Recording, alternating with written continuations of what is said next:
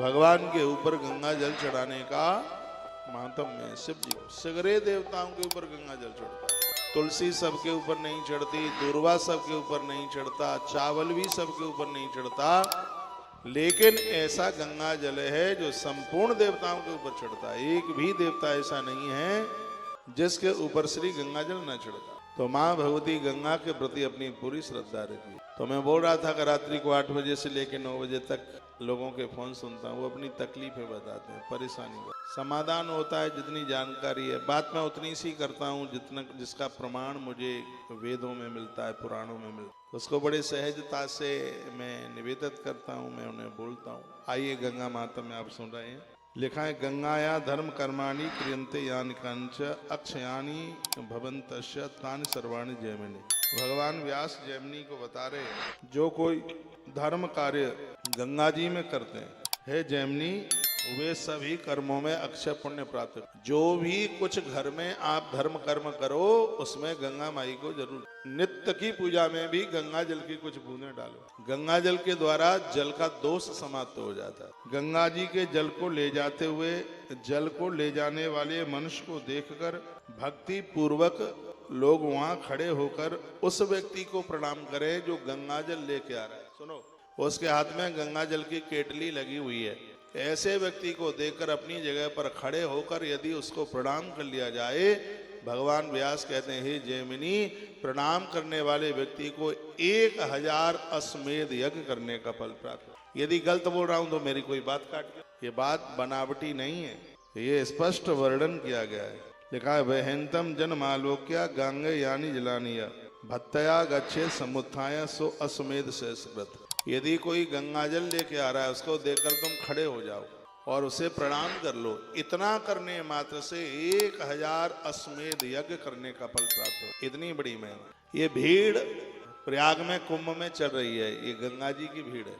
गंगा माता के प्रति जो श्रद्धा रखते हैं, जो कुंभ में जा रहे हैं, इसका फल मालूम है। मैंने अभी वहाँ चैनल वालों को इंटरव्यू में बोला, कई चैनल वाले, उन्होंने कहा प्रयाग के बारे में कुछ बोलो, कुंभ के बारे में कुछ बोलो। मैंने कहा अश्वमेध सहस्त्राणी वाजपेयी शतानि। 1000 अश्वमेध यज्ञ करने से जितना फल मिलता, सैकड़ों वाजपेयी यज्ञ करने से जितना फल प्राप्त होता है, संपूर्ण धरती की 1,00,000 परिक्रमा लगाने से जितना फल मिलता है, एक बार कुंभ यात्रा करने से उतने फल की प्राप्ति हो जाती है। आप समझ रहे हैं इसका महत्व। 1000 अश्वमेध यज्ञ, सैकड़ों वाजपेयी यज्ञ करने से जो फल मिलता है, 1,00,000 बार संपूर्ण धरती की परिक्रमा लगाने से जितने फल की प्राप्ति होती है, उतना फल सिर्फ एक बार कुंभ यात्रा करने से उतने फल की प्राप्ति हो जाती है। ये लोग मूर्ख नहीं है, सो इतनी भीड़ लगी है वहां। ये धर्म में अगाध श्रद्धा रखने वाले लोग हैं। कुंभ में पहुंचकर गंगा माई में डुबकी लगा के आ रहे हैं, स्नान करके आ रहे हैं। कुंभ यात्रा का इतना महत्व है। वहां जल में डुबकी लगाने की बड़ी में हम लोग संगम में नहाए, माई का चुनरी पूजन किया, 56 भोग लगाए, बहुत आनंद हुआ। जब मैं डुबकी लगा रहा था तो श्लोक मेरे अंदर गूंज रहा था, जो मैं आपके बीच में निवेदन कर। अभी भीड़ भाड़ ज्यादा है, 2-4 दिन के बाद को थम जाएगी भीड़। माघ स्नान का महात्म्य तो 12 तारीख तक है, लेकिन कुंभ 26 तारीख तक। तो 12 के बाद भी जो आपको टाइम समय मिले तो आप जा सकते हैं। शिव महारात्रि के समय तक है, बड़ी रौनक है। सागर का मंथन हुआ, जो अमृत निकला, अमृत की बूंदें जहाँ जहाँ डाली गई उनमें उसमें श्री प्रयाग जी का भी नाम चल करके आता है। बोलवा के बिहारी लाल की, श्री हनुमान जी महाराज की। तो कितना अच्छा, कितना बढ़िया लिखा है। बहिंतम जन्मालोक्य गंगे यानी जलानिया भत्तया गच्छे समुत्थाय सो अश्वमेध सहस्रकृत। क्या लिखा है?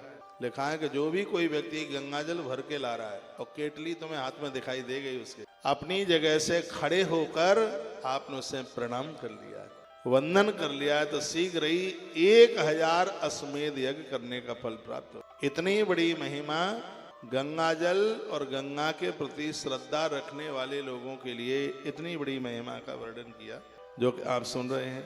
फिर कहा गंगा जल के सामने आ जाने पर जो भक्ति पूर्वक खड़ा नहीं होता, हे जैमिनी महात्मा, सदा सदा के लिए वह व्यक्ति पशु योनि को प्राप्त होता है। जिसने गंगा का निरादर किया है, जिसने गंगा की बुराई की है, जिसने गंगा की अवहेलना की है, 1,00,000% ये सही है, उस व्यक्ति को पशु योनि में ही जन्म लेना पड़ेगा। ऊंट बनेगा, गधा बनेगा, खच्चर बनेगा, भैंस बने, भैंसा बने, ये बनेगा, दुर्गति हो जाएगी। इसलिए कभी भी नदियों की निंदा मत कीजिए। लिखा है गंगा जले स्वागते सियो ने तिष्ठते भक्तिता पशुता शाश्वती तस्य जन्म जन्मनि जयमिनी। हे जयमिनी, जन्म जन्म तक वो पशु बने।